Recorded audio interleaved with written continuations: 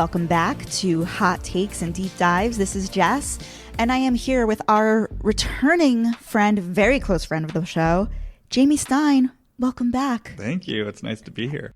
How you feeling? I'm doing well. How are you? I'm okay. Well, I summoned Jamie back. Well, first of all, I have to say how much everybody loved your Real World episode. Just like, the stories from your era as the associate editor or data logger for the Real World. That was really fascinating. That may be your shine. Well, listen, we'll see how you perform today, but so far that may be your shining moment. All right, I'll try to live up to it. I'll try to pass it, actually. Yeah, try to surpass it. Shoot for the stars. But so far, that's what I'm submitting for your Emmy package. All right, well, I look forward to seeing that package and accepting my award and thanking you from the podium. Okay, so there's a lot that's happened since we last had a true empath channel episode from you that was devoted around the Housewives. Well, there's been Salt Lake City. Potomac now has the reunions airing.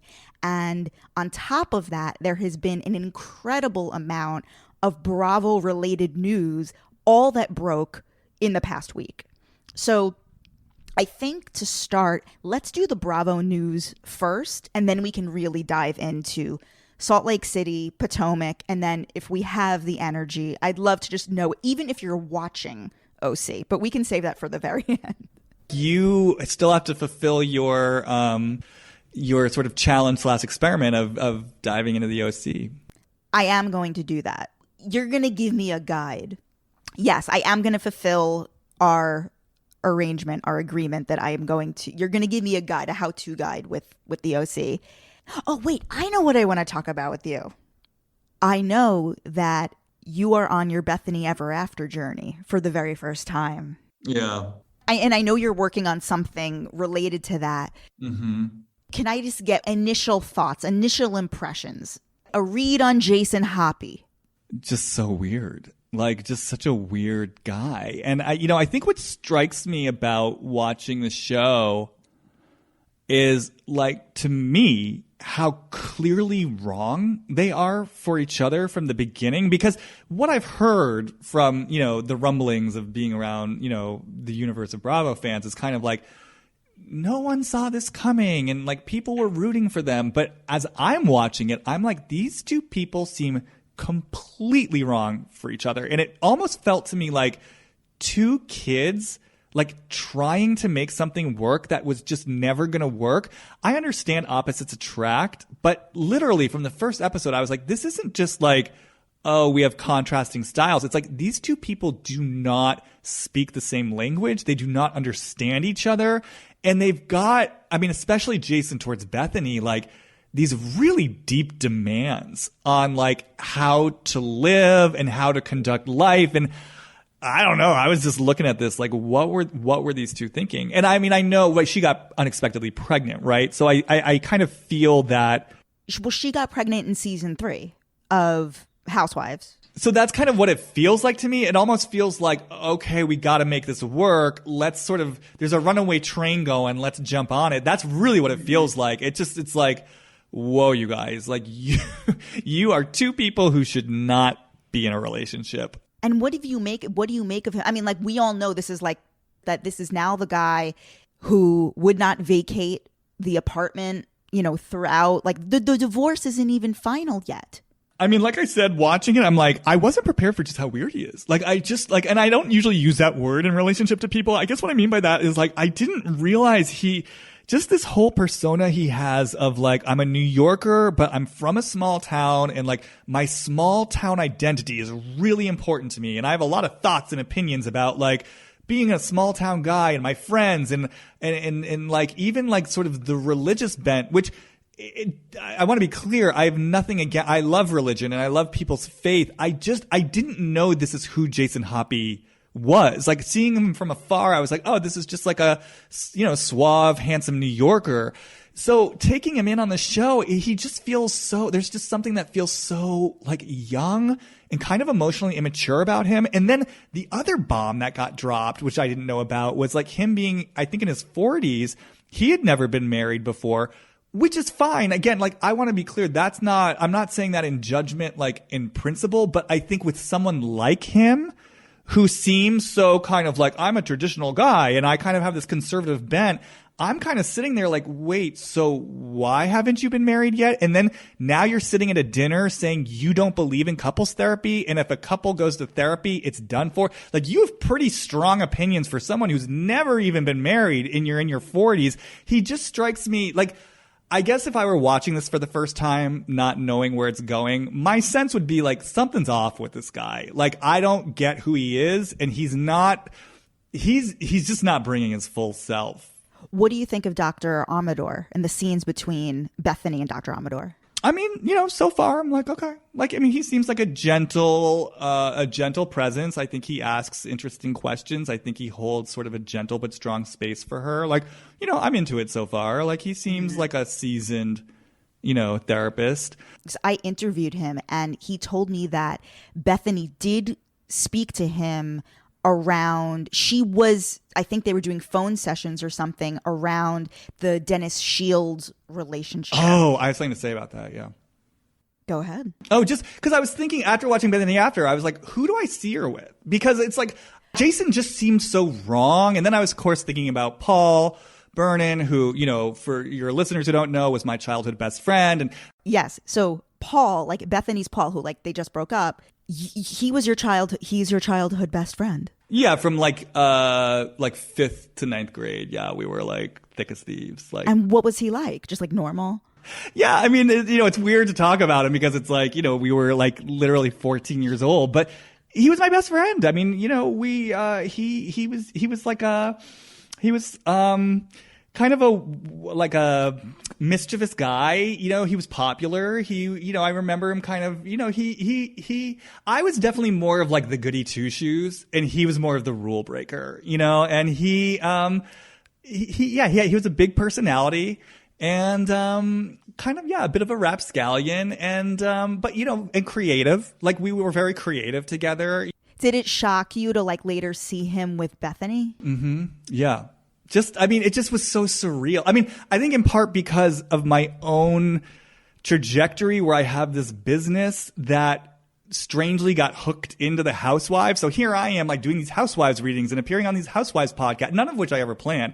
And now all of a sudden, like, my best friend from like childhood, which, I do want to say, like, it was a very formative friendship for me. I mean, that was my first best friend. And we really I was at his house like every weekend. I went traveling with his family. Like, it's not obviously something I think about every day as an adult, but like looking back, like that was a very important figure in my like pre-adolescence. Did the two of you grow up in Boston? Like where did you guys go to school? Well, we both went to this like all boys sort of preparatory school that was in Newton. So that was from 5th to 8th grade. And then I went off to like a different school. So so then when I saw him with Bethenny, it's like, it just feels like my whole life is becoming this weird Real Housewives kaleidoscope. It's just like, what is going on here? Like, why can't I escape this? Why do you think? Well, that's a whole other podcast we'll have to go into. Is that a whole other podcast? I mean, are you really asking me why do I think I mean, I don't know. I mean, I already appeared on this podcast talking about my experience with the real world. Like, reality TV has always been, it's sort of always there for me. And especially with like this housewife stuff now, it's like, for those who don't know, this all started because I literally happened to run into one of the hosts of Bit Sesh at a coffee shop. And I said, yeah, hey, Casey, like, I listen to your podcast. Can I share an intuitive hit with you? And she was so touched by it, she brought me on the show. I never in a million years anticipated that would happen. And then because of that, people started, they wanted more. And so here I am doing this. So why am I saying all this? It's just like, reality TV has followed me wherever I've gone. And so you're asking me, what does it mean?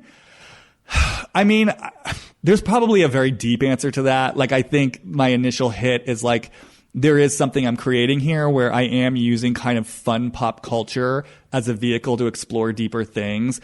I think, I don't know, I think that's just kind of cool and fun. I think there are a lot of people who do the kind of work I do, and it's very heavy and it's very serious. And it's also it kind of remains strictly in the domain of like the new age. And I think like with what I'm doing here, it is more fun. It's lighter. It's more unpretentious. And I think it's reaching a totally different audience. And, I also think like on a bigger level, you know, there's something about, taking stuff that in the general culture is regarded as like trash or like, you know, superficial. And it's like, no, actually, like we really can take this and use it as a vehicle for deeper exploration. And there is a lot of humanity here. And so I don't know. I think there's something to that. And maybe, who knows, maybe it's going to go somewhere. I don't know.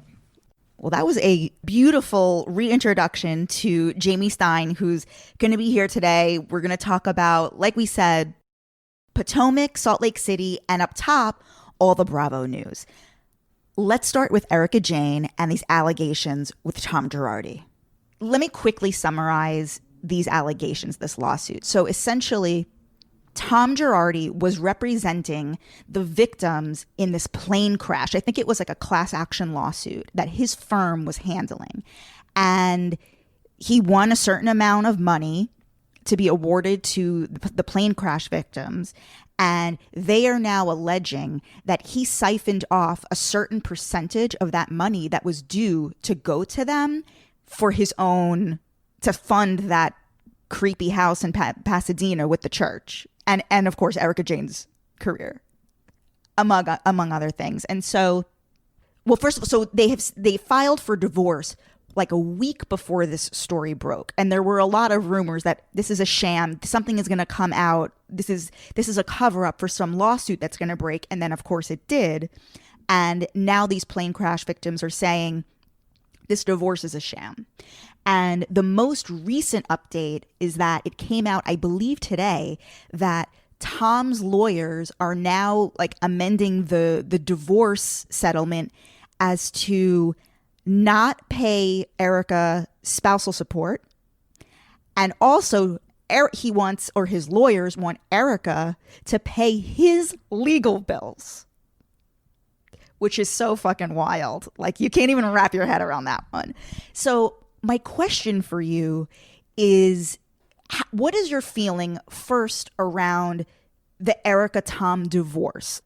If you can just dip into that, what is your reaction to all of this? Yeah, I mean, what I can do and what I will do is drop into them towards one another and just sort of see what I feel. I mean, you know, I've been exploring a little bit, so I've already got some kind of breadcrumbs, but let me just kind of drop in, I guess, first from Erika to Tom and just sort of see what I see. And then we'll just interpret what comes up. So, I mean, just like as a caveat, and I think you know this, I'm not someone who's sort of putting myself out there as, you know, kind of like I'm a psychic who can definitively tell you that Erika and Tom have, you know, hatched this plan and here are the details. That's not really what I do, but I do feel into people. And so we'll see what comes up. So if we drop in from Erika Jayne towards Tom Girardi, I mean, it's interesting because when I drop into Erika towards Tom, I do immediately, like, it's like what comes through me is this immediate surge of anger.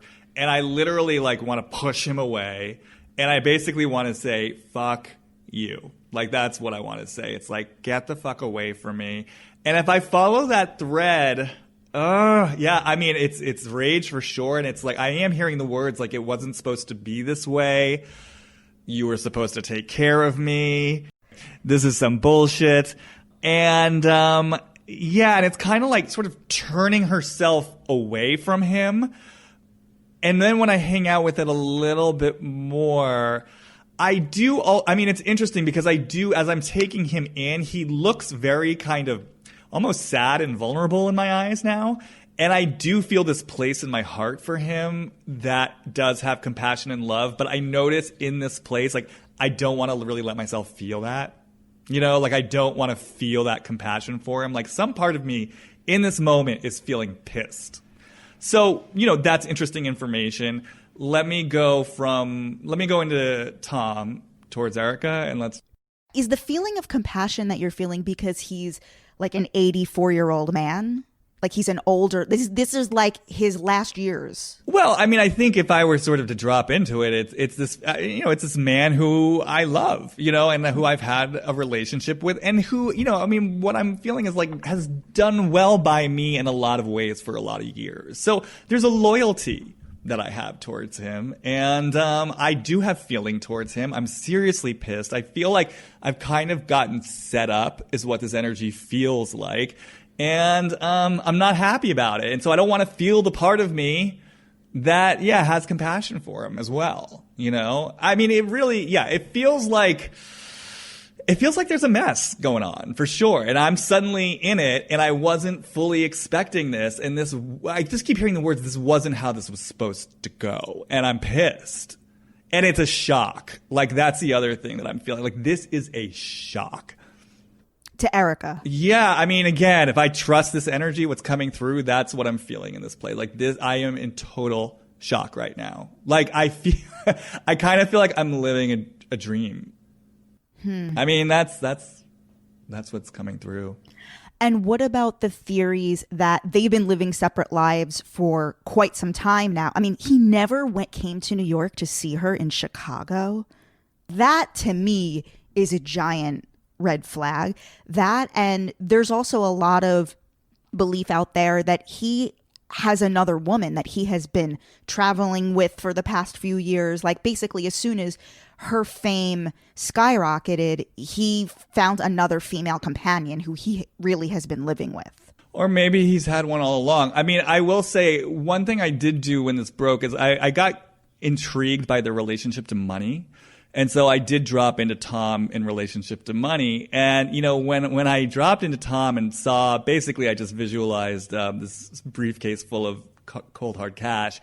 And it was, I mean, I'm going back into it right now. I mean, it's this feeling of like, I just feel like a total snake here, in a fun way. It reminds me of like, there was that Fiona Apple song where she says like, I've been a bad, bad girl. Oh yeah. Criminal, exactly. I just hear this voice in Tom. It's like, I've been a bad, bad boy. And it's like, he just wants to kind of slip like between the bills. And it's like, it's this image of like, I've got a whole secret side to me. It's like, it almost feels like addiction. It feels like, I'm the button down lawyer by day. And at night in secret, like I'm being a bad, bad boy. And like it feels sort of very split and compartmentalized, which I think is interesting, right? Because Erika has her own version of that where she's like Mrs. Girardi by day and then she's Erika Jayne by night. So for me, it's kind of just interesting to think of these two people who both possibly have like a very like compartmentalized sense of life, sort of coming together and each leading their dual lives under the same roof. And I have to imagine maybe that's part of what made it work for them so well, because they're both control freaks. And so they're kind of in this arrangement where they both get to kind of be in control of their little universes. So I wouldn't be surprised if he's been in large part living a separate life, and I wouldn't be surprised if it's predated her fame and her success. Mm-hmm. And as far as the divorce being a quote unquote sham, I don't believe that these two would have divorced if this wasn't going on. I think this is to protect any of Erika's assets. Well, what I'll say is, so if I kind of interpret what came through just now as far as Erika, I mean, if I were to interpret that, I guess I would bet that there's tomfoolery going on, you know, that they're in some sort of mess and they're trying to navigate it now. But it does feel to me like Erika, it doesn't feel like she was in on whatever was going on this whole time. I mean, you know, as I'm saying that, as I'm talking, I'm also kind of putting my antenna out to Erika in relationship to all this. And so, I mean, what I'm hearing is don't ask, don't tell. So, you know, I'm kind of getting a vibe around kind of like maybe similar to what happened with Teresa and Joe. I mean, I'm of the opinion that I don't think this is a woman who just had no clue there were shady things going on. I'm assuming Teresa had some sense of something, but just preferred not to know. And I have to imagine, you know, Erika, that kind of rings true to me. Like, don't ask, don't tell. I'm on a need to know basis. Like, what happens out of sight is out of mind. But it doesn't feel like it just doesn't feel like she was in on whatever was going on with him. It just kind of felt like he had a secret life. He provided for her. Don't ask, don't tell. And now they're kind of in this mess. And it's like the don't ask, don't tell is sort of blowing up in her face. And so what I want to say about that, though, is my sense from Erika in the place where she's furious and she's pushing him away, I do kind of get the feeling of like the divorce may be to protect him and them, but I also feel like much like Teresa and Joe, I kind of think it's also probably the end. Because I've always sensed an ambivalence in Erika around the marriage. I mean, despite what she says, because the thing is, it is a gilded cage, right? And so, yeah, it's gilded, but it's also a cage. And my feeling for her has been, as she's stepped into her own fame, you know, and her own success with the Housewives, that there's a bit of discomfort there because suddenly it's like she is getting more of her own. She's getting a taste of the life that she sort of always really wanted for herself in the first place, but she's generating this success through her own agency. And I have to imagine as you do that, you start to feel the constriction of the arrangement a lot more. So I've sensed kind of like what I would call a little bit of a system breakdown over the years in Erika of like trying to sort of maintain the narrative she's got going, but also coming up against the limitations of it. And so for me, now that this is all exploding, I could really see this as sort of being, you know, like the final nail in the coffin or the thing that sort of tips the seesaw over to the other side. So while it may be a sham, I also feel like I wouldn't be surprised if it really is the end of their marriage and if there's no coming back from this for the two of them as a couple. Here's the final question. Here's the $1 million question. Is Erika Jayne going to jail? I wonder, do you think that she feels scared? Like I said, I think she's in shock. That's really what I keep getting off. It's just like shock, like putting one foot in front of the other. Like, when did this happen? How did this happen? This wasn't the way it was supposed to go. I mean, it's interesting because I do follow her on Instagram and she keeps posting all these kind of like glamour photos of herself as if like nothing's happening. And it's interesting. Yeah. All right. Moving on. We have to talk about Braunwyn. She first came out as an alcoholic. Then she came out as being gay in the last week and she's working with GLAAD. It's at first blush, this feels very gonna do whatever I gotta do to stay on the show. You know how Andy says, like, first season housewife will do anything, say anything to stay on the show. And I know that you have a lot of feelings about this. What do you feel around Braunwyn?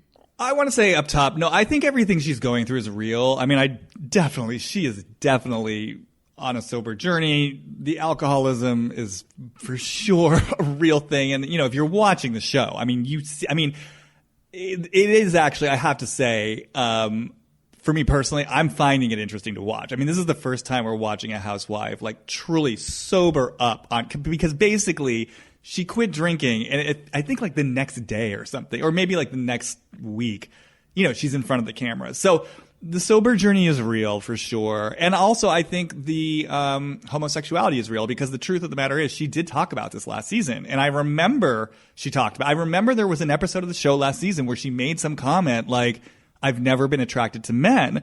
And I remember clocking that comment and it kind of got just brushed back. Like no one really said anything. It was never really followed up on. And I remember watching that kind of being like, wait, so are you a lesbian? Like it just struck me as such a big thing to say. And for it to not have any kind of, it just didn't have any life on its own. But she did say that last season. So I don't think any of this is calculated. But what I do feel for her, I think the thing about Braunwyn is that I think she lives with so much like terror. I mean, she calls it anxiety. She's constantly talking about like the anxiety is unbearable. I think it's terror. You know, I mean, by her own description, she was like a latchkey kid who was sort of passed around. She wasn't really taken care of. And my sense for her is like, you know, based on her childhood, like the very act of existing kind of feels unsafe because it's like, there's no one here to take care of me. So like, if I exist, like my very existence puts me in danger. And so when I drop into Braunwyn kind of towards the show, like the Real Housewives of Orange County, it's almost like the sense I get. It's sort of like the image that comes to mind is I am running, like I'm taking a running leap into the show and I am kind of using this as a vehicle to deal with everything because it's almost like, well, one, I think it sort of forces her to follow through on a lot of this stuff because she's like bringing it out so big and so public. It holds her accountable. Yeah, and I think there's part of her that it's like if it weren't for that level of visibility, it's almost like, would she really do it? Would she really go through with it? Because there's so much fear there. But then also the other thing I think is that the show it does create a spectacle out of it. And there's a lot of commotion and it's a bit of a three-ring circus. So I think for someone like her, where there is so much fear and terror and anxiety around like, I exist, this is who I am, these are my needs, I think the show becomes kind of like a way to sort of keep getting that adrenaline fix that I'm sure she got through her alcoholism. It's like, okay, I'm dealing with this stuff, but okay, I'm in the show. And now, okay, I'm doing a press tour. Okay, I'm working with GLAAD. Okay, I'm announcing this. Okay, I'm announcing that. And I think there's just something in Braunwyn, like when I feel into her, it's kind of like, it's this feeling of like, if I can just get this all figured out, everything will be okay. You know what I mean? And so I think she's in a rush to just get it all figured out. Okay, I'm an alcoholic. Okay, I'm gay. Okay, I'm in this new relationship. I'm making it work. I'm on the show. And I think at some point she is going to have to slow down and deal with herself.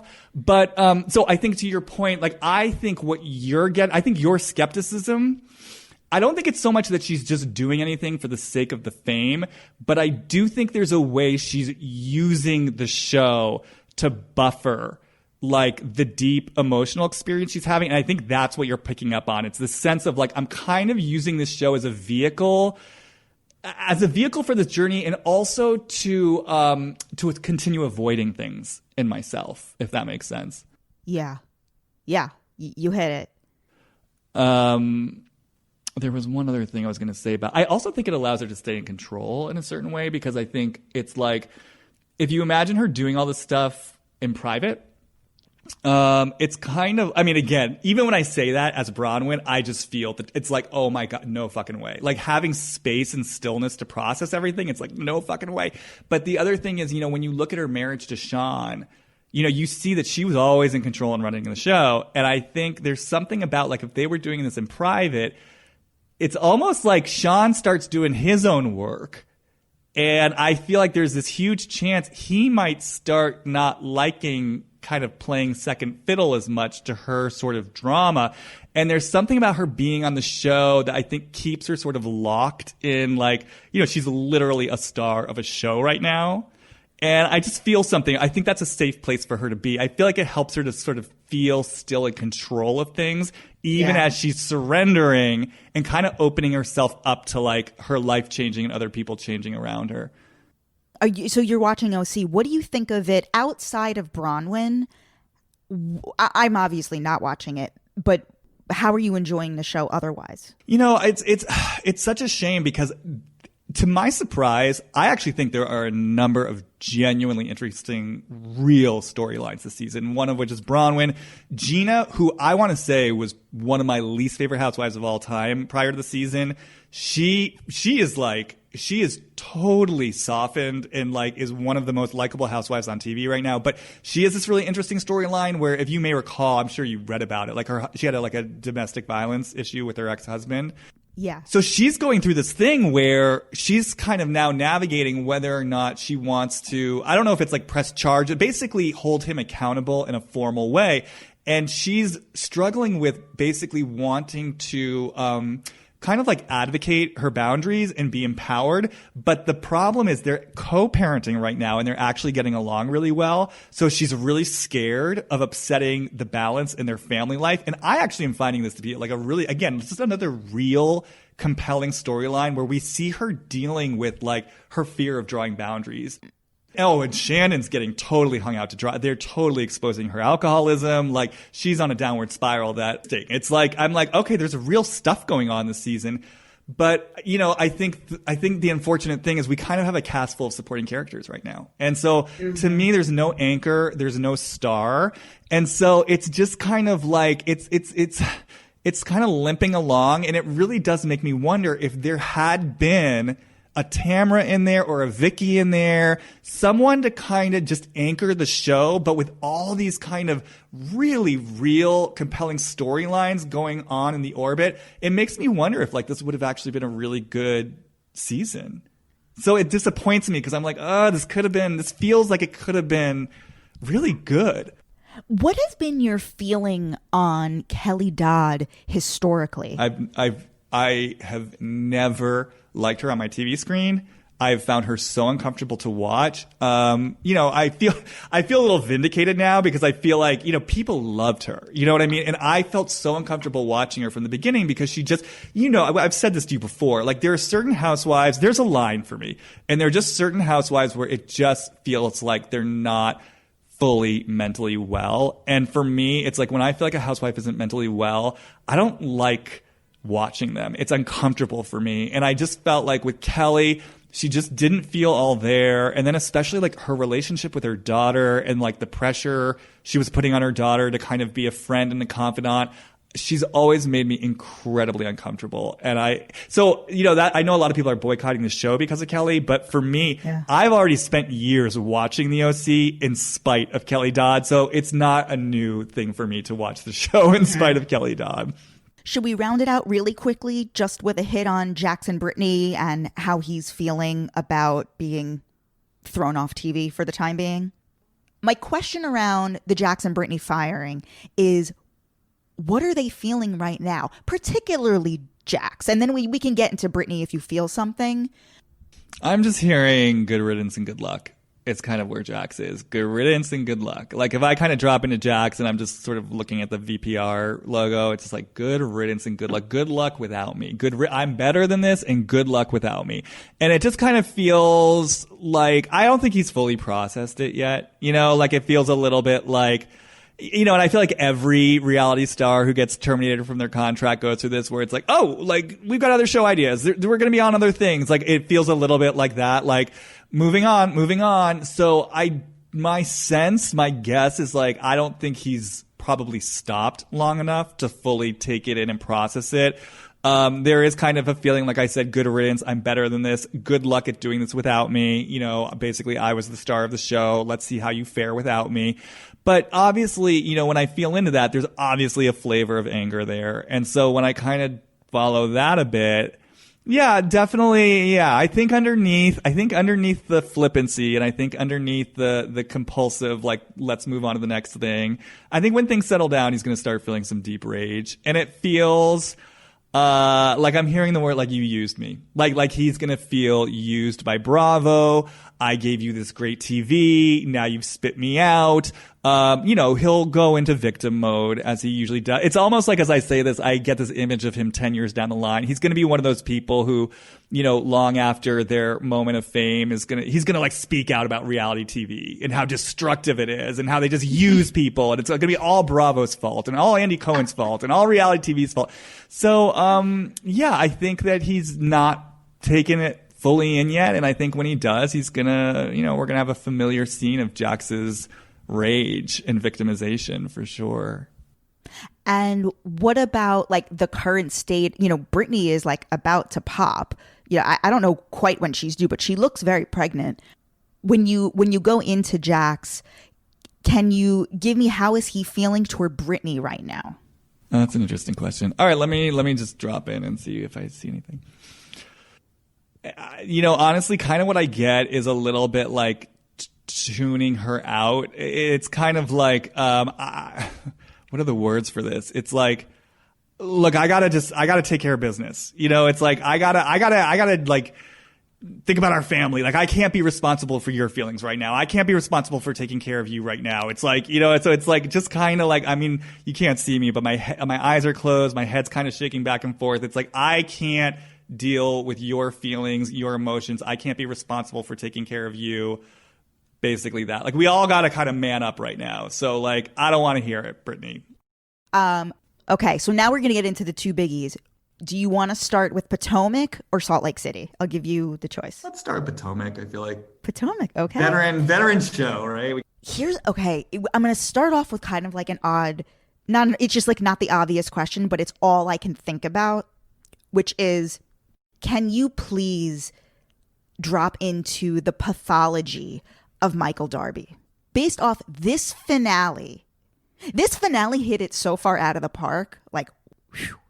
I mean, can we focus on a particular aspect of his pathology? Like, what are you asking about specifically? there's something in his subconscious that wants this attention. The getting caught, these altercations with producers, getting into fights with producers, getting into fights with security on camera, and just flaming out in such a flamboyant, spectacular way. What is it with him? Well, I can drop in. I mean, the first thing that I just hear, it's like, this is a man who can't help himself. Like, I really feel that with him. It's like he just can't help himself. Like, he wants to do what he wants to do at all times. And it feels like a little boy who's like, not just got his hand in the cookie jar, but he's like smashing open the cookie jar and he's eating all the cookies and he's like, I want the effing cookies, and I don't care what you say. So I think there's something about boundaries with him that just feels, it feels like rage completely. Like there's just this sort of entitled rage in him. But let me drop in. Let me just maybe drop into him in relationship to the producers. Is that, cause yeah, he certainly had, he had a bunch to say to them, didn't he? The problem, I'm getting the surface level stuff. I feel the place where he feels better than these people. It's just like, get your hands off of me. Like, you're beneath me. Don't rein me in. What was it? He was kind of like stampeding back there, right? To like confront them. Is that what it was? Yes. And they were saying, and he's like, who are you? And they're like, we're security. We're security of the club. And then then there was another thing like with the producers, and then him fighting, Chris, Candace's husband, and then him fighting with Ashley. I think there's something around him when he feels small, because I'm just aware that, that was in response to Chris, basically backing him up and putting him in his place. And I think, hold on. Drop into Michael toward Ashley, because there was a lot of rage at the end. Okay, this is towards Ashley, like, present episode. Is that what we're generally speaking? They go off and she gets pregnant again, and they sit in the follow-up. It says the day after this filming they went on vacation to the Bahamas. Cut to she's pregnant again. It's interesting. It's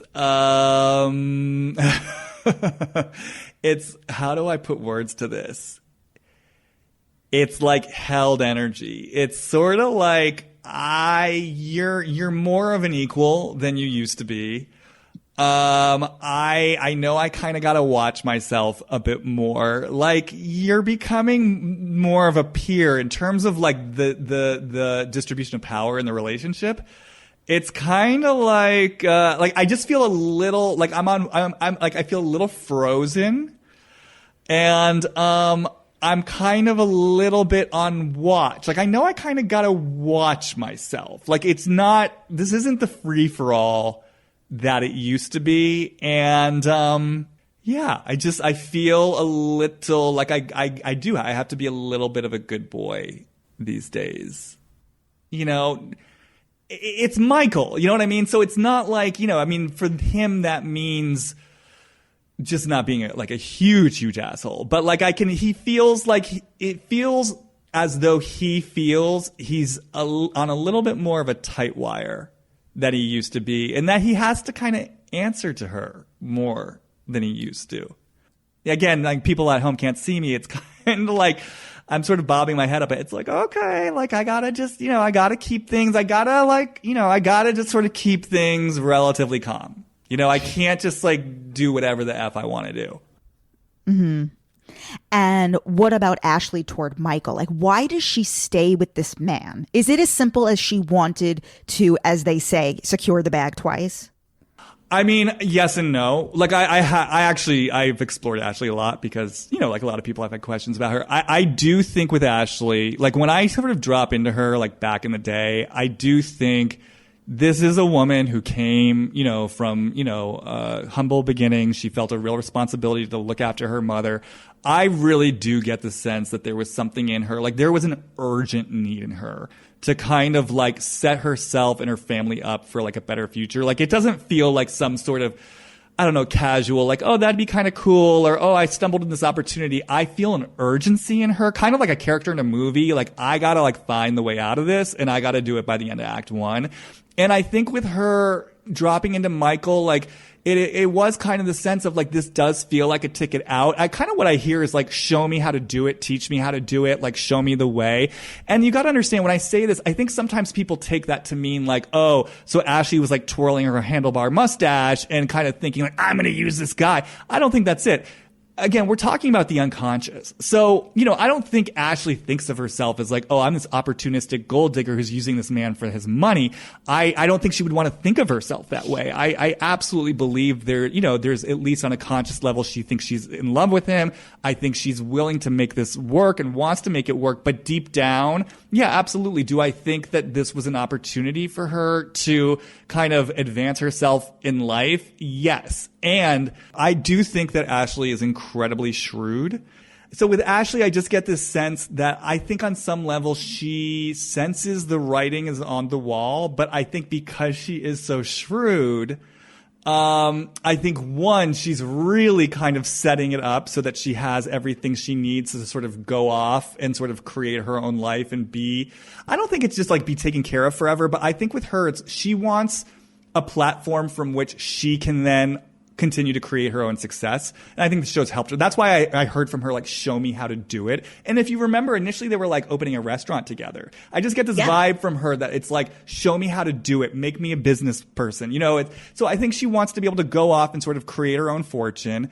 But also in this way where it's like no one can really look at her and say you were just in it for the money. It's like I did everything I could. I tried to work it out with him. I stayed with him. I'm the mother of his 2 or his 3 children. It's like I just think there's something savvy and shrewd about her. And she's sort of playing this exactly right where she's putting in the time. She's like producing the kids. She's leveraging her power. But like the moment, and like Michael keeps shooting himself in the foot, which leverages even more of her power. So by the time she's ready to go, if it gets there, she has sort of a clean break. What was going on in Michael's subconscious that he felt the need to meddle in whatever he was alluding to regarding Juan and Robin? Oh, well, he seems to like, well, let me drop into him to Juan because he just seems to have such a huge crush on it. It's like he feels so special by being Juan's friend. And I think that like what was going on there was Juan said something to him, I guess in confidence, although it sounds like it was in drunken confidence. And I think Michael was so just like, it just boosted his ego so much that he would have Juan's confidence, that he sort of loved having secret information. And obviously it had something to do with him saying something like, I'm never going to marry Robin or I'm not into Robin. So obviously if Juan goes back on that, it's suddenly like, it discredits the power of the secret bond between them. But also there's something I'm feeling here around, like, I think there's something Michael likes about like the bond between men. And, it's just us guys. There's something about that feels sort of very tantalizing to him. It's like sort of the guys against the girls. It almost feels like a collusion in some way. Like there's just something there for him. But, let me just drop in and see if I get anything. Yeah, it just seems like he's totally enamored of him. Like, honestly, like, it just feels like it's just totally enamored. He's this, like, good-looking guy. I don't know what it is. It just feels like he has just got him on this pedestal, and he has a total man crush on Juan and kind of just feeds off of his energy. In the finale, he goes, bachelor party in Vegas. He goes, without the cameras. Like, what the fuck? He's always saying stuff like that too, and he says it on camera. There is this part of him that's just like he wants to be able to do whatever he wants to be able to do. It's a little bit like Jax. It's just like I want to do whatever if I want to do, and the idea that you would even tell me I can't enrages me. So there's just this level of entitlement with him.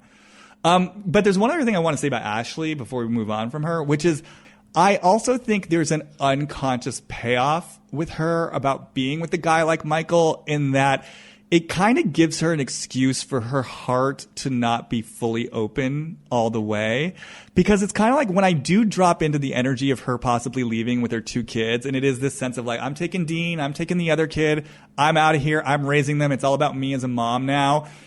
It still feels like it's like, oh, so that's where her energy goes now. And it makes me think like if you try to imagine Ashley, because she's like in her early 30s, right? Is that how old?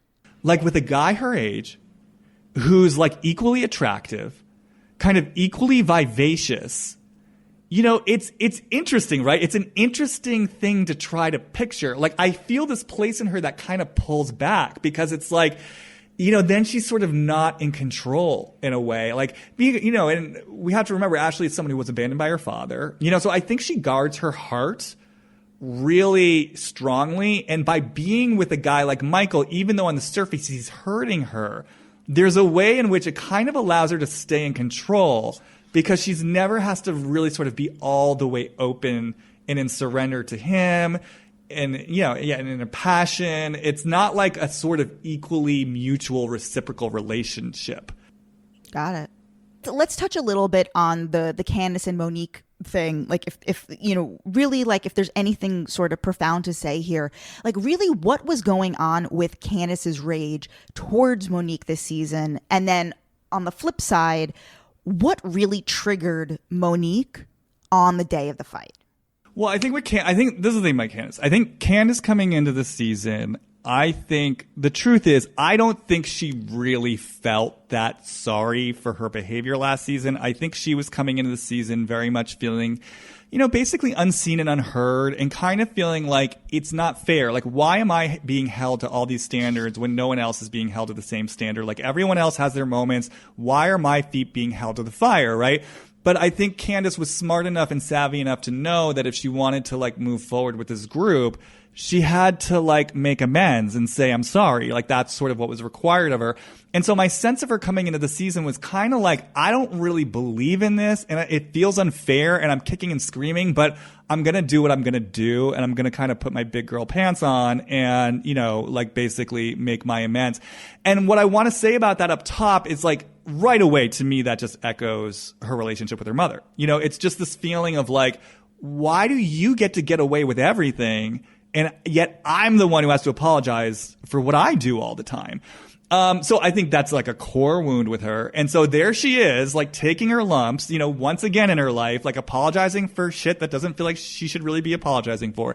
And so then I think when Monique kind of like doesn't receive it, and more than that is basically giving her an FU, pretending to be asleep at the lake house, really just giving her the middle finger.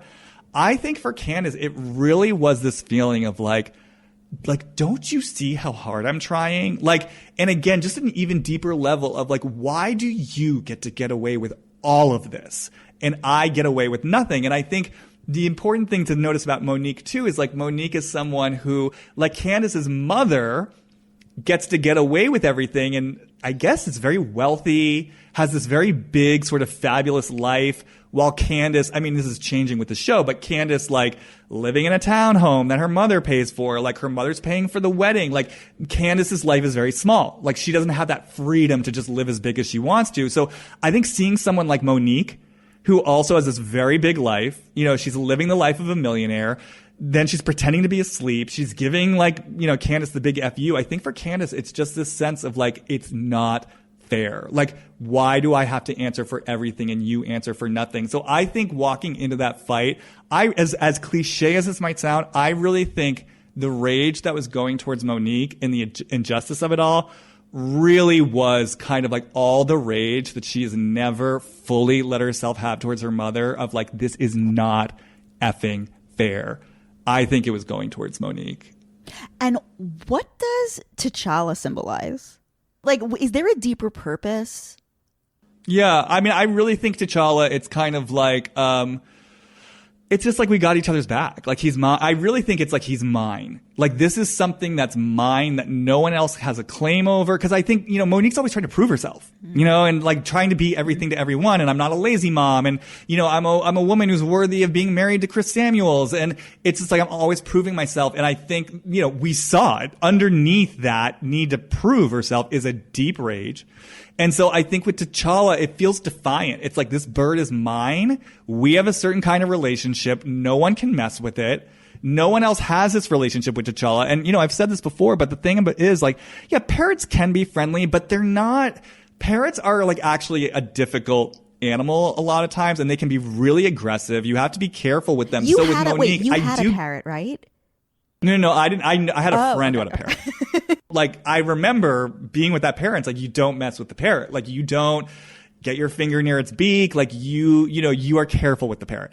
And so, I think with Monique, I just feel this part of her that kind of loves having this special relationship with this kind of difficult creature no one else can really get near. It reminds me almost a little bit. I felt the same thing with Kim Richards and Kingsley. It's kind of like, this vicious pit bull is on my side. Like, it's got my back. He's going to defend me in a way that I've never felt defended before. We've got something no one else can touch. And that's really what I feel from Monique towards T'Challa. And is there anything, we did already touch a little bit on the Robin and Juan thing, but is there anything that really calls to you that you want to speak on regarding either Giselle, Karen, or Robin?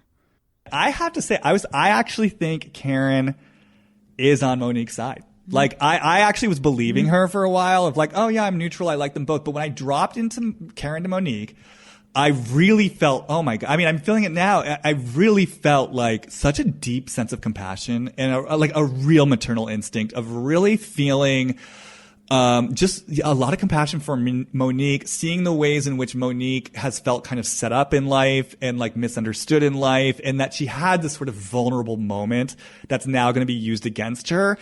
And so that was interesting. But then when I dropped into Karen towards Candiace, in terms of this fight, what came through was basically an eye roll, and kind of seeing her as like the privileged little princess and kind of wanting to say like, come on now, Candiace, like stop being so dramatic. And I think that for Karen, she's sort of set herself up because she's been playing this role as like Candiace's mother figure. So I think there was a part of her that's like, I can't say this.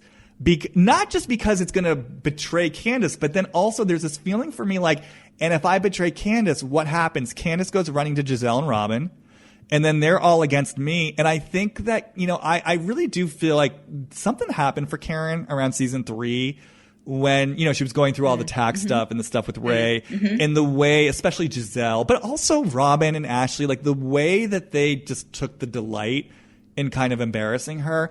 I really think it hurt her. I think it really took her someplace vulnerable. As we all know, Karen is not someone who likes to be vulnerable. So I feel her in terms of the season. It's like, I don't want to choose a side because it's like, I don't want to open myself up to the muck and the mire. I think it's very comfortable for Karen to play the role she's been playing, which is like the mother hen, staying neutral, words of wisdom. I don't think she wants to open herself up to the line of fire again. Not for Monique, not for nobody. So I think that's sort of what's going on with her.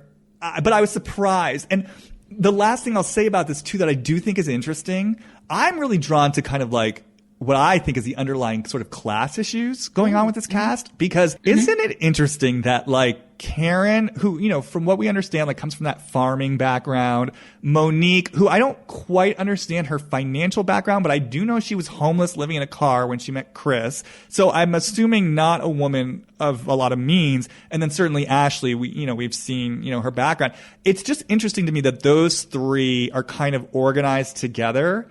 And then, you've got Candiace on the other side who very much kind of embodies the privileged, spoiled rich girl. It's a bit reductionist, because she's paid her price, but that's sort of what she represents. And just, seeing like, Giselle and Robin and Wendy kind of organize around her. I just find that interesting. I want to tell you guys about my experience with wine.com. If you're like me, I find wine or champagne really is the best housewarming or holiday gift because you can crack it open that night over dinner, or you can save it for the next Housewives premiere, whatever. Did you know that wine.com is just the simplest and easiest way to search for wine? You will not find a broader selection of wine online or in stores, period. You can search by red, white, sparkling, champagne, rosé, you name it, or by region, and they deliver it right to your door. They even have this chat feature where you can chat with a wine expert right on the website if you need guidance on which wine you like best or if you have any questions. By the way, they also have an app which makes the whole deal even simpler. So if you prefer, just download the wine.com app from the App Store in either Apple or Android, and you can search and buy wine while you're sitting on the couch watching TV. If you want to try it out, just go to wine.com/hot takes and get $50 off your first order. WINE.com/HOTTAKES. So it's wine.com/hot takes and get $50 off your first order. Makeup is a real situation to contend with these days while wearing masks, and at this point, glamming up your eyes really is the best way to feel like a human being. What I found to really get my eyes looking great are lashes. Yes, I've officially turned into Tinsley. But seriously, this beauty company, Le Rêve Beauté, has an eyeliner lash combo, which I've been using the past month. The way it works is first you put on their water and smudge proof Mystique eyeliner, which allows the lashes to pop right on. If you can put on eyeliner, you can use these lashes. The best way to experience the lash system is by subscribing to the monthly Beauté box, which comes with 2 lashes and 1 Mystique eyeliner, plus a free cosmetic product each month. And it's customizable, so you can choose your lash style and liner color each month if you want to experiment with stuff. Visit lerevbeauté.com/deepdives to choose from one of 2 amazing offers. Number 1, here are your 2 choices. Number 1, you can purchase 1 lash and 1 liner, and you can then pick a free extra set of luxury lashes. Or offer number 2, purchase a Beauté box and they will curate a free set of luxury lashes and Mystique eyeliner. So that's 2 awesome offers to choose from. Again, go to lerevbeauté.com/deepdives. That's LEREVEBEAUTE.com/deepdives, DEEPDIVES, and use code deepdives at checkout to select one of those 2 awesome offers. Okay, the Real Housewives of Salt Lake City. Oh boy, yeah. You know, you were very excited. I was probably the most excited. I think I'm like the least excited now that it's actually aired. Why? I know everyone loves it. I just, I'm... Give me your hot take first, overall, just like opinions on the show, and then I want to dive into a few of the key players. My hot take is kind of like, I'm not fully engaged yet. Like, I feel like it's skipped. I feel like there's this crucial sort of first season era of a Housewives show where the storylines are sort of real, and then it kind of reaches this place where it becomes the theater of the absurd, but you're into it because you're invested in the woman. This one just feels like the theater of the absurd. And I know a lot of people like that. For me, I mean, look, I'm still watching it. I'm open to it. I get what people see about it, but I have to admit, I watch it and I feel lost. I'm just like, I don't know who I'm connected to. I don't, it feels so like not of this world to me. A little cartoonish. Yeah, it's like, what's going on here? Who are these people? I mean, it's weird. And even their homes feel like empty. I'm just like, do you actually live in these homes? Whitney is the one character where at least we're meeting her father. So that feels like we're getting some sense of her life. I mean, we were in Heather's dermatological office. I don't know why I feel such a sense of like, I feel like I'm not getting my finger on the pulse of any of your lives, but that is what it feels like to me. Everything just feels strange. Even that lunch we're in the middle of right now, it's strange. They're like in this empty restaurant, which Mary has decorated. I mean, we all know Mary's like not fully here, but that's sort of what the whole show feels like to me. It's like, I feel like I'm in like Willy Wonka and the Chocolate Factory. Like what am I watching right now? So I'm still giving it a chance. I'm just not as invested in it as it seems like everyone else is. How do you feel about Meredith Marks, the husband, their separation, and the inclusion of now the first gay son of a housewife who is very much loving his entree into fame? Yeah. So you're just asking me like my response? Yeah. Because that does feel real. I feel connected to Heather. She feels like a real person to me. She feels like somebody who I would know and who I would be friendly with. She feels like a person who I would know. And Meredith as well, I feel maybe because like I'm connected into the family dynamic, the separation with the husband. It feels like grounded in a real structure. Yeah, I mean, that does feel like a real storyline. And I like her husband. I mean, I will say his behavior at that one dinner was incredibly manipulative and would have infuriated the hell out of me. But I like him. Like, when he kept the phone business. Like, oh, when he was drunk, when he was like, show me your phone. Oh, was he drunk? Yeah, I think he was drunk. Okay, well, maybe that makes it a little bit better. Yeah, just kind of like, well, I define trust this way. And if you're not going to agree with my definition of trust, it means that you're hiding something. I was just like, this is so manipulative. Like, you're not listening to her. But that aside, I actually really like him a lot. And I agree. Like, there's something that feels very real about their marriage. And I even like this idea of like, we're separated, but we're dating. Like, that makes total sense to me.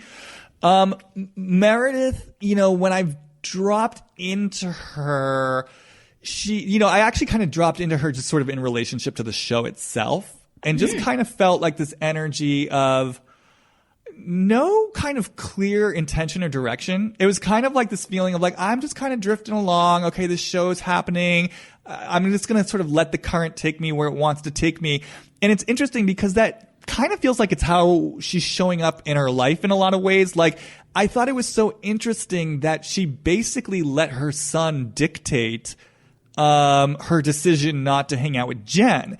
And there's something just kind of passive in her. It feels like she sort of rolls over a little bit. And my sense with Meredith, it's almost like I'm curious about her because I almost feel in her a fear of really owning her own power and really being in command of her life and really kind of having a strong voice and saying, this is what I want. This is who I want to be with. These are the things I want to do.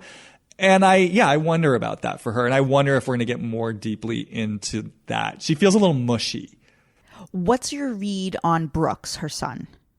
I mean, I don't really I don't know. I haven't really keyed into him. I mean, he took the semester or the year or whatever it was off college to do this show. Well, initially I felt bad for him because I was like, wait a second. He's, I mean, it just felt a little covertly incestuous. Like this idea that he's sort of there for his mother. He's sort of moved back home. He's her kind of confidant. He's her companion. It just felt a little emotionally inappropriate. It's like, this is not the role a son should be performing for his mother. I got turned off by Brooks when he basically demanded that Meredith not hang out with Jen. Although, as I say this, it's kind of like she sort of put him in this position of being her keeper. So it's not entirely his fault. I mean, people came out of the gate like loving him and kind of proclaiming him like, oh, we love Brooks. I didn't fully understand it. Like, he hasn't really made me laugh very much. Like, I don't watch him and think, oh God, Brooks, love him.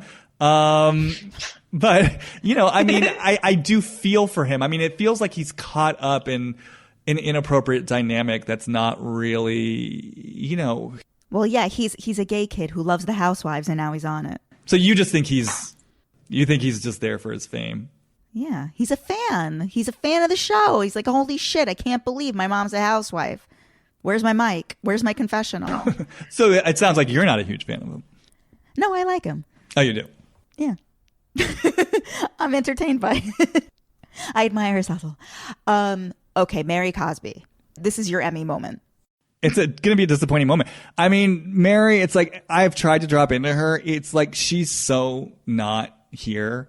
It's like, I mean, even right now, if I just kind of try to drop into Mary, it's like I'm just shaking my head back and forth. It's like I want to put my fingers in my ears, close my eyes, and it's just like, la, la, la, la, la, la, la, la, la. It's like, I can't.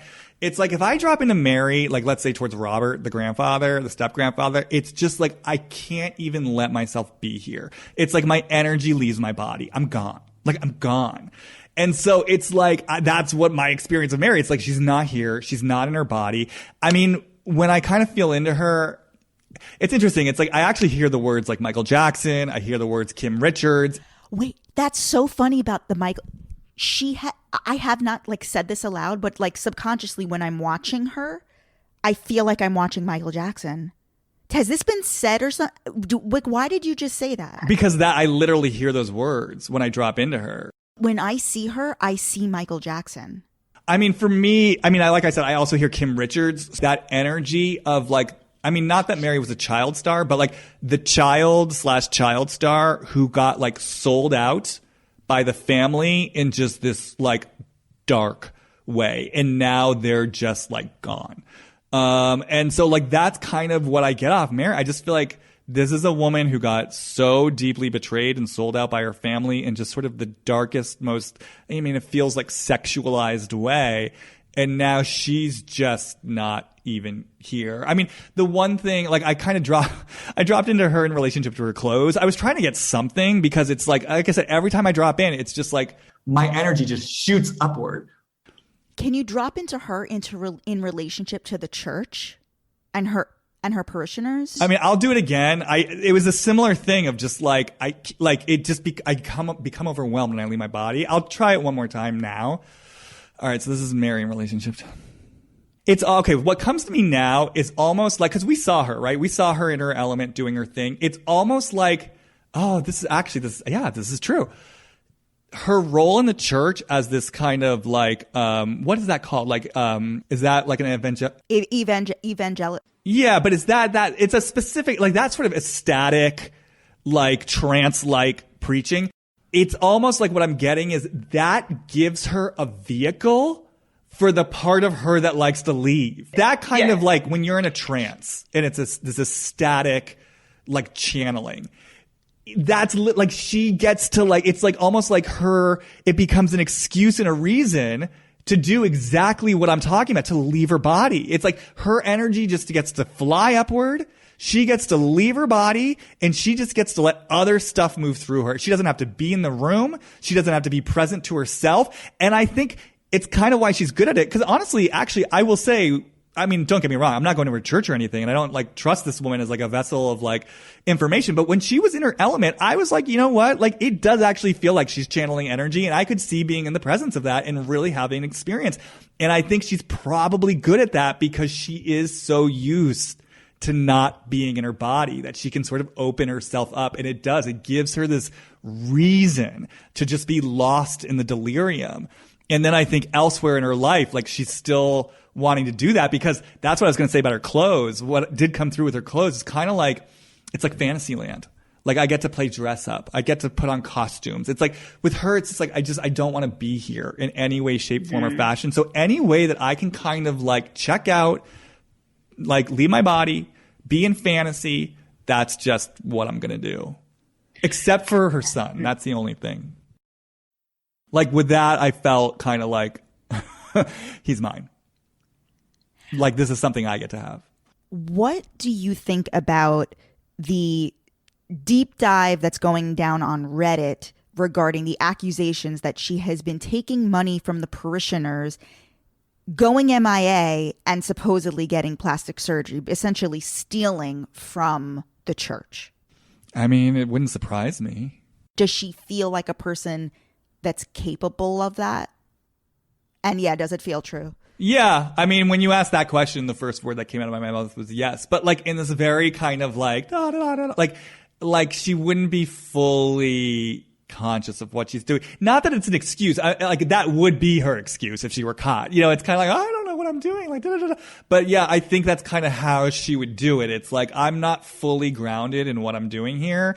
I'm just sort of taking this money and this is what I want to do and I'm going to just do it and da da da da da da da da da da da da. So I don't think it's like a crafty, let me sneak into the church at night and bust open the safe. It's just kind of like she's just lost in a delirium and she's going to do what she wants to do. And if it's using church funds for personal stuff, then that's what she's going to do. The word cult has been thrown around to describe the organization that she and the step grandfather, whatever, the husband, have created, and essentially Bravo hired a cult leader, like an actual cult leader, as a housewife. Do you believe that that this is a cult? She doesn't feel like smart enough or present enough to be a cult leader. Yeah. I mean, I'm sure there's like a technical definition of what a cult is. You know, I mean, my understanding is that this is a place of worship and people, you know, come to worship. I guess we would have to get clear on what is the definition of a cult. Okay. The definition of a cult is a system of religious veneration and devotion directed toward a particular figure or object. Another definition is a relatively small group of people having religious beliefs or practices regarded by others as strange or sinister. I mean, I was going to say, like, yeah, is part of the definition that, like, Mary and or her husband get, like, thought of as who, you know, are kind of worthy of people's adoration. And I mean, I guess I haven't seen enough to know.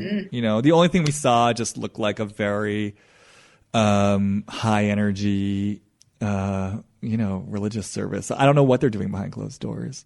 I guess I almost feel a little protective of them, because I do feel like the word cult gets thrown around so much these days, and I do see people kind of like sometimes like, that's a cult. It's like, no, it's not. Like, calm down. So I don't know. I mean, I guess I'm not going to call anything a cult until until HBO releases a docuseries about her. So funny. Is there actually, I guess just separately, is there anything else that you have watched recently that you were super into? Like, did you watch The Undo? Actually, you should I don't know if you've seen it yet. I got 2 shows for you. Let's see if you've seen any of these. Because I got a little like burnt out on Housewives and reality TV. I was like, let me dip my toe into some scripted television, which I have not watched in years. I finished all of The Undoing. I am addicted to this show on Hulu called A Teacher. Have you seen either of those? No, because here's the thing. I mean, I love good scripted television, but I'm really critical. And so my experience with a lot of these, especially these shows on Netflix and Hulu, I find myself, I will start watching and then I get really disappointed. So I really only go towards that if I truly hear like, no, this is great television. So if you're going to put that on the line with The Teacher, then, maybe I'll check out an episode. I love A Teacher. Yeah. It's very juicy. I mean, the base material is like rather, there's some people that can't watch it because it's too, like the subject matter is just like like I have a friend who actually, I'm very, very close with the woman who was my high school English teacher. It's a little bit of a scandalous story, but like we're only 6 years apart, whatever. This was over 20 years ago and we're still very close friends. And I was staying at her house a few weekends ago and we were watching The Undoing and I was like, I really want to watch A Teacher. And she's like, I can't. She's like, it freaks me out too much to know that teachers do this. I'm kind of like, ooh, I'm like so into it. I mean, look, I am always looking for a great scripted show. I'm just a bit of a film snob, so. What else? So, what is there anything else aside from all this Housewives stuff, Bravo stuff that you've been into? I know that you were you binged like all of Catfish. Yeah, I did. Earlier in the year. Are you watching? I think there's like a new season that started. Are you going to watch that? Oh no, it's like we're in the midst of it. I don't understand. Catfish is so weird. It's like one season will have 10 episodes and then literally the next season will have 40 episodes. So I guess we're in a 40 episode season. So yeah, we're on episode 25. I can't stop. I told myself I was going to stop watching after Max left. I've not stopped watching. To me, it's like, this is the thing, Jess. Like what I want at the end of the day, I want a show that I can just decompress with. That's just easy to watch, but like holds my attention and has some sort of like humanity aspect to it. So for me, Catfish just satisfies everything. It's like each episode's a mystery. I'm always on the edge of my seat. I want to know like who's on the other side of the computer. There's always humanity in it because it's about the relationship between the catfishy and the catfish. And, it's just perfect. It's just like 45 minutes of like, the formula never gets tired for me. You've seen the original documentary. Yeah, that's how I got into it. I finally just watched that movie. I don't know why. I was like, I never watched this. Let me check it out. And then from there, I was like, all right, well, let me check out the TV show. And it truly has been like the perfect pandemic series because there's so many episodes. I mean, I'm so sad that I'm at the end. I wish there were more seasons for me to binge watch. And I have worked with you on one-on-one, and it was an amazing experience. It was 4 months, and I can say that you're very talented, and it really did enrich my life. I did it all this summer. And where can people like learn more if they want to actually like do like a reading with you, or like how can people find you? Yeah. So they could come to my website, hollywoodreadings.com. And yeah, and definitely, if you're, cut this part out. Let me start over. They can go to my website, hollywoodreadings.com. And absolutely, I do individual, readings. So if you want to have a session and see how that feels. And then, yes, like you said, if it feels like, we're a match or there's more there for you there, I have ways of working with people on a deeper basis. But then also people should just go to my Instagram, Jamie Stein, JamieStein. there's a whole bunch of content there. You know, I do make videos about the housewives where I channel them. I also answer quick hit questions in my stories. I do lives every Tuesday night where people can come on and ask me questions. So it's just like a really cool community where, you know, people are like sharing their struggles and they're getting answers. And, you know, you've experienced this. It's like you see someone else's question and answer and like it can reverberate for you, you know? So, yeah, it's cool and it's fun. So, you know, come check it out, follow me and submit a question if you want. Thank you. Thank you, Jamie. This may be your I think this is your Emmy submission, this episode. Guys, you can follow me, Jess X NYC, follow the show account, Hot Takes Deep Dives for what's coming up. And Jamie will be back soon. Thanks, guys.